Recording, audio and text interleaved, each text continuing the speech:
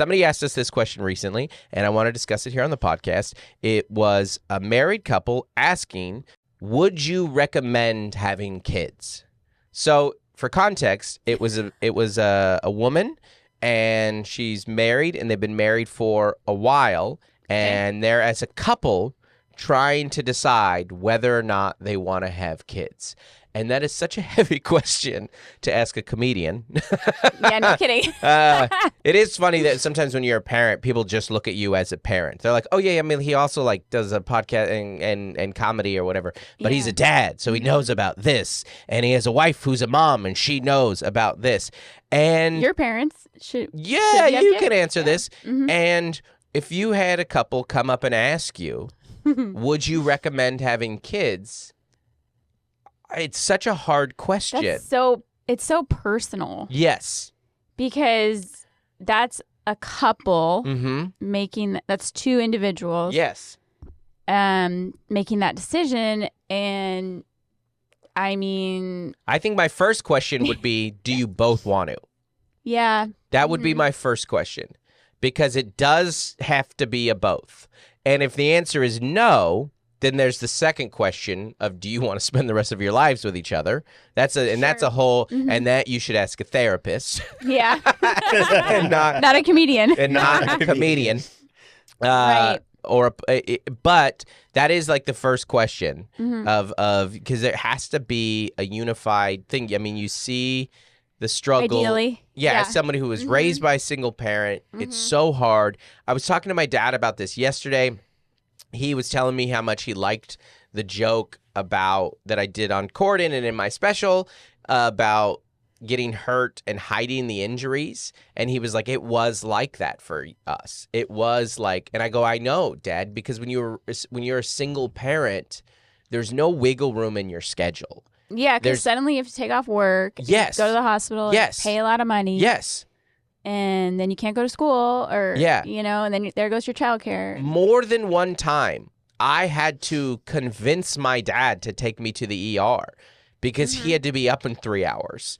And then later on, I felt that a little bit of a burden, and that I would almost hide it from him. Yeah. And then there would be more of like, hey, I'm actively bleeding.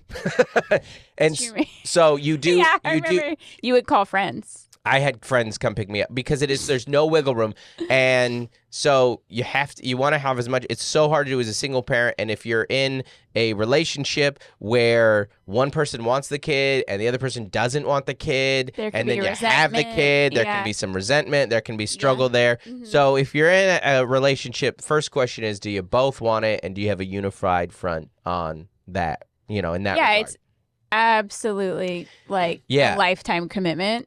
Yeah, exactly. And then my second, if you guys are agreement that you do want to have kids, and then you're asking, would you recommend having kids? The answer is no. I would not recommend. It's just a firm no. No. See, for me, I have to ask the distinctive question, do you want to have a child or do you want to raise a child? Yeah. Because it's like, if you understand, having is a very American property mindset. Like, it's like, is that really too? And I'm here to tell you, the resell on a child, not good. Exactly. Not ROI, not so good. Not so, unless that kid becomes an athlete, you are not getting that money back. That will not buy you a house later, most likely. That's an interesting. Well, I think that I've been binging. I'm not a huge music nerd like you guys, but I've been binging Gaslight Anthem. And the song that says like, give me the fevers that just won't break. Give me the children you don't want to raise. Lay it all on me now. I don't know. Something like that. I think you switched songs. I think I changed songs. I think it turned into a Vance Joy song on the. I got those two lyrics. Yeah. If you want your brain to be scattered and melted like ours, then parenting. It's all over the place. But I like the depth there. Yeah, I mean, I like that the stigma of you have to have kids to be fulfilled is gone. I like that that's gone because I think, like marriage in general, that yes, marriage and kids could be the single most fulfilling, joy-giving part of your life. but it could also be the opposite. It could also be the hardest, most difficult thing you've ever done, and it could be the single most draining. It could be the worst part of your life. It could you could have children and or be in a relationship and thinking that this will bring me fulfillment, and it bring the complete opposite. And there will be moments where you feel both. Absolutely. You know? Yeah. So you don't have to. But that's just like being in a relationship, a friendship, a romantic relationship. Right. You will get hurt. You know, right. There will be love and loss. Yeah. You know, it's a very existential question. Yeah. Right. And it's really about your existence. Like, what do you? The question is, what do you want out of life? Exactly. The question is, what do you want out of life? Do you want to be selfish? Then don't have kids. No, I'm just kidding. Do you want to live for you and you alone and not know the incredible fulfillment of sacrificing your life for somebody else? If you want to be a hedonistic narcissist, then don't have children and enjoy your Saturdays for the rest of your life. There are so many I'm ways. Driving to Orange County tomorrow at 6 a.m. so I can be fulfilled in life. Don't you want this? It's more like 4:30. No, I agree. I agree that it's a question of what do you want out of life, because I would say that children, for us, the whole premise of the marriage book we wrote and the whole is that you can only speak to your own experience. And so we will only speak to our own experience. Children are more fulfilling than I could have ever imagined them to be. There are moments that I lay after I play on the trampoline with my kids, and I look up at the sky, and my arms are tingly, and I feel a sense of euphoria and life and energy and love that I could not imagine. I mean, that there's a closeness to them, a closeness to everything. It's beyond words that I can have, and I'm very articulate. So it's Same. more, yeah.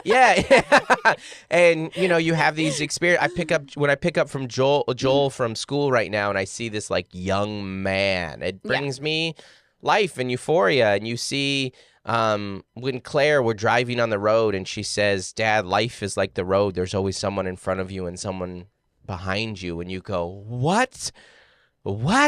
It's like that. There's a great scene in Moneyball where Billy Bean is listening to his daughter play guitar. And it's you watch these moments, you're like, I can't believe this little baby does this, and it's so creative. And Claire's art and Gloria's sing. I remember when we went to Gloria's, Gloria had a choir performance like 3 or 4 years ago. And she never sings in front of us. She like always, and we heard her, and she was great, and she was smiley, and we're like, where did that come? She had a talent show performance one time where she had practiced this whole like cartwheel to splits move that we didn't even know. And while holding the mic. And there's this great moment where you're holding the phone, and you go, what? I didn't see that come. So there is that, but it is also more challenging and heavy than I could have ever imagined it being. There's like a heavier stress. And I mean, just this week, I won't name names, but one of our children decided that she was going to use some select words to describe her mom that we didn't think would come from her at that age. And you go, oh, well, that's an anger that I haven't felt before. Those words are reserved for me when we're fighting at the mall, usually is when I say those words.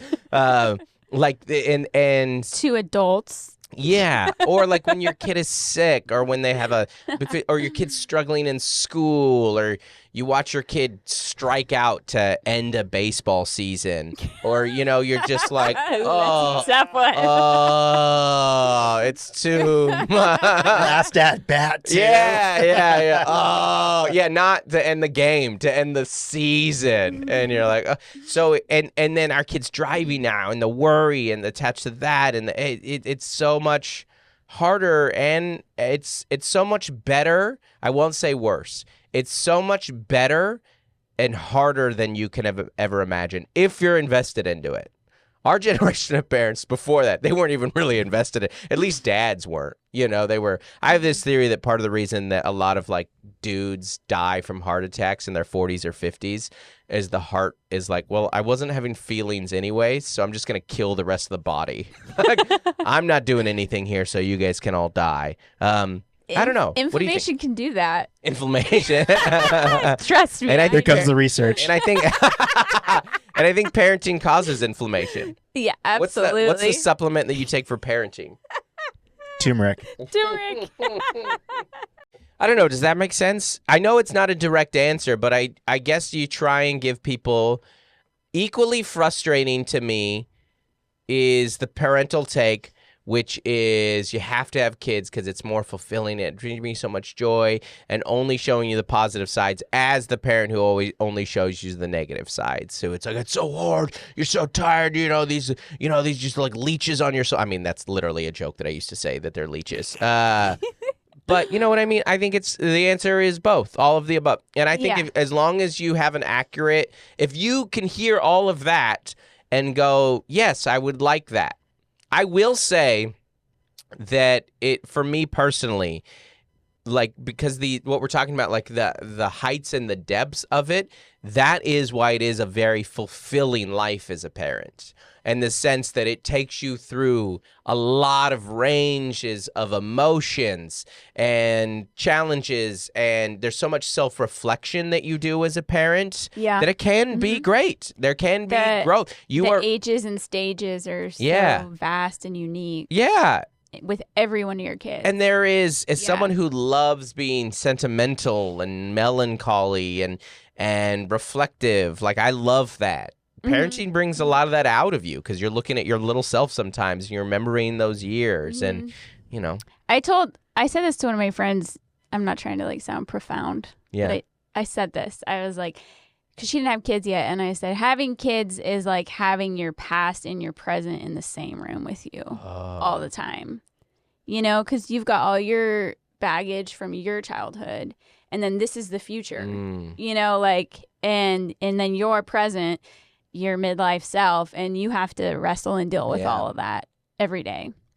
Well, so it's good. It's hard. I'm not going to say anything better than that. Thanks hard for tuning. Pass. Yeah. Now that you say it like that, now that you communicate it like that, I have made the decision not to have children. So you have to deal with all of it. Yeah. So there's no like, I'm just going to deny my past and my childhood and just push forward. And you're like, well, this baby's in your arms now. Yeah. That's really, really good. Really, really good.